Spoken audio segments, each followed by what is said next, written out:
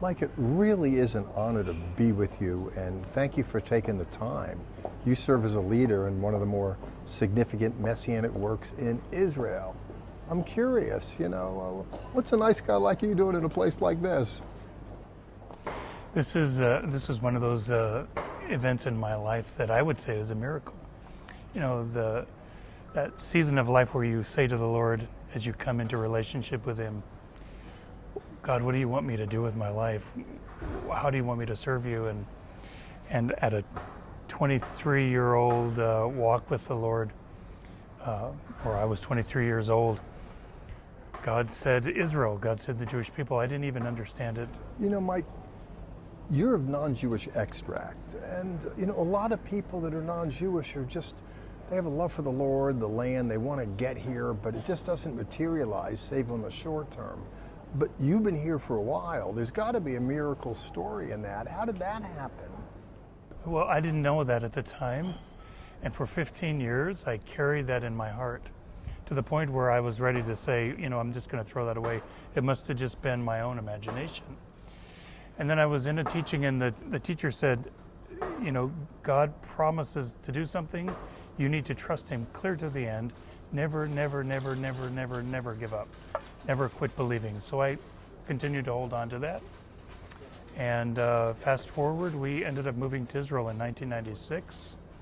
And it was truly a miracle because I didn't do anything to make it happen. God opened the doors that only God could open, that no man could open. And we ended up serving in Israel. Now we're here for, we say 25 years with a 7-year break. Yeah, getting here and staying here is challenging enough as it is. You not only got here and stayed here, but the Lord raised you up to be a leader in a very, very significant work. There's got to be some miracle mix in that. How did it happen? The key there, Jeffrey, is we didn't make it happen. We simply were being obedient to the call of the Lord. So I couldn't have put all the pieces together to do what you just described. God had to do it. And there has to be a miracle aspect, trusting God to do.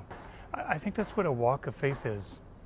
A walk of faith creates an environment where you have to see God's miracle move to open doors that you can't open, to create environments that you can't create, to do things that you can't do, the things that God promises that He's going to do.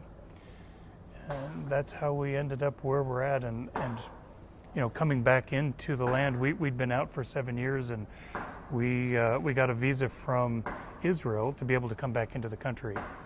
They give you a 3-month window of time, which we had expired. We didn't know that we'd expired the window of time. So we go into the consulate in Los Angeles to pick up the visa to come into Israel. They said, sorry, we can't give you the visa, it's expired. So we had packed everything in a container. It was on its way to Israel. Everything that we owned earthly was gone. And there we were in California waiting for a visa that now was expired. So we began to pray, and we asked the people in Jerusalem, can you go back into the Ministry of Interior and recreate the visa for us? They said it took us months to get it.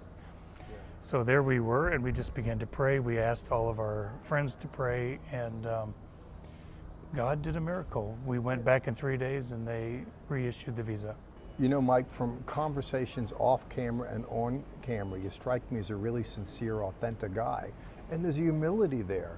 If I was in your position, I'd probably have my chest out a bit. I'd be proud of, what I'm all about. But you're rather humble, and it reminds me the Lord raises up the humble. But there's a miracle in it specifically. Beyond the miracle of your own existence and ministry here, in your own life, does the story of a miracle resonate specifically? Yeah, I think our biggest one as a family, my wife and I were married for 10 years. We couldn't have children.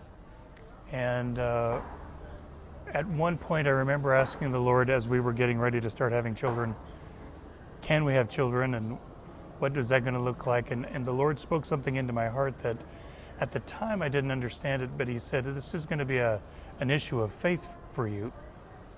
And I thought, cool, an issue of faith. This is exactly how God always works.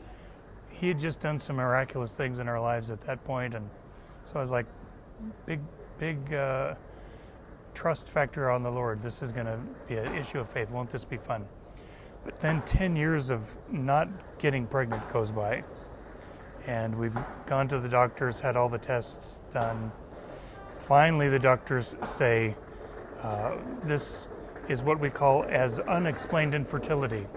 There's no explanation for it. You should be able to have children. So we began to fast and pray and trust the Lord for something that now we couldn't make happen and the doctors couldn't make happen. And within 2 or 3 months, we finally get the phone call from the doctors, you're pregnant. And for us, it was a miracle because there was no other explanation. We'd done everything that we could do. You know, if you're going to have a testimony, you got to have a test, and you definitely have a testimony. And it reminds me, by the way, when I look at biblical literature, particularly with the Hebrew people, you know, Sarah couldn't conceive, Rebecca couldn't conceive, Rachel couldn't conceive, and now the miracle in you with that. Yeah. I'm sure it really ministers to people over here. Yeah, and I think that just for us, this was the beginning of ministry in Israel. And so that seed of this is how God works. He asks you to believe in something that you can't see, and then he creates it out of thin blue air. It's part of our walk with the Lord, and we needed to know that God was faithful and that he would keep his word. Pastor Mike, it's a great story. Thank you for sharing it, and I know it speaks to hearts. We're out of time. I wish we weren't, but before we go, is there anything specific that you want to say to people about miracles? I think that would be my word. You know, God doesn't play games. He wants to prove that he's faithful. He wants to prove that he's powerful. And he does it best in those situations where we are stuck. Our back is up against the wall and there's no place else for us to go. Yeah, and I'm reminded a season where we were working with a ministry here in Israel, and God told me to resign my position. And I said to God, no, people don't do that. You don't just resign your position for no reason. Things were going fine. And he said, I want to prove to you that I'm God. And so we resigned over a long period of time. It took us to get to the spot where we stepped out of that position. And we went in this long journey of just trusting the Lord, and God opened the doors again for us to be here, proving that he'd actually created that space for us to minister. I don't really understand it, except that I know God wants to prove himself. Well, it's a great story. Yeah. In so many ways, I think your presence in Israel is a miracle, and I'm just so happy for the miracle that God did in your life with your family. And thank you so much, Mike, for coming and sharing it with us. Thank you.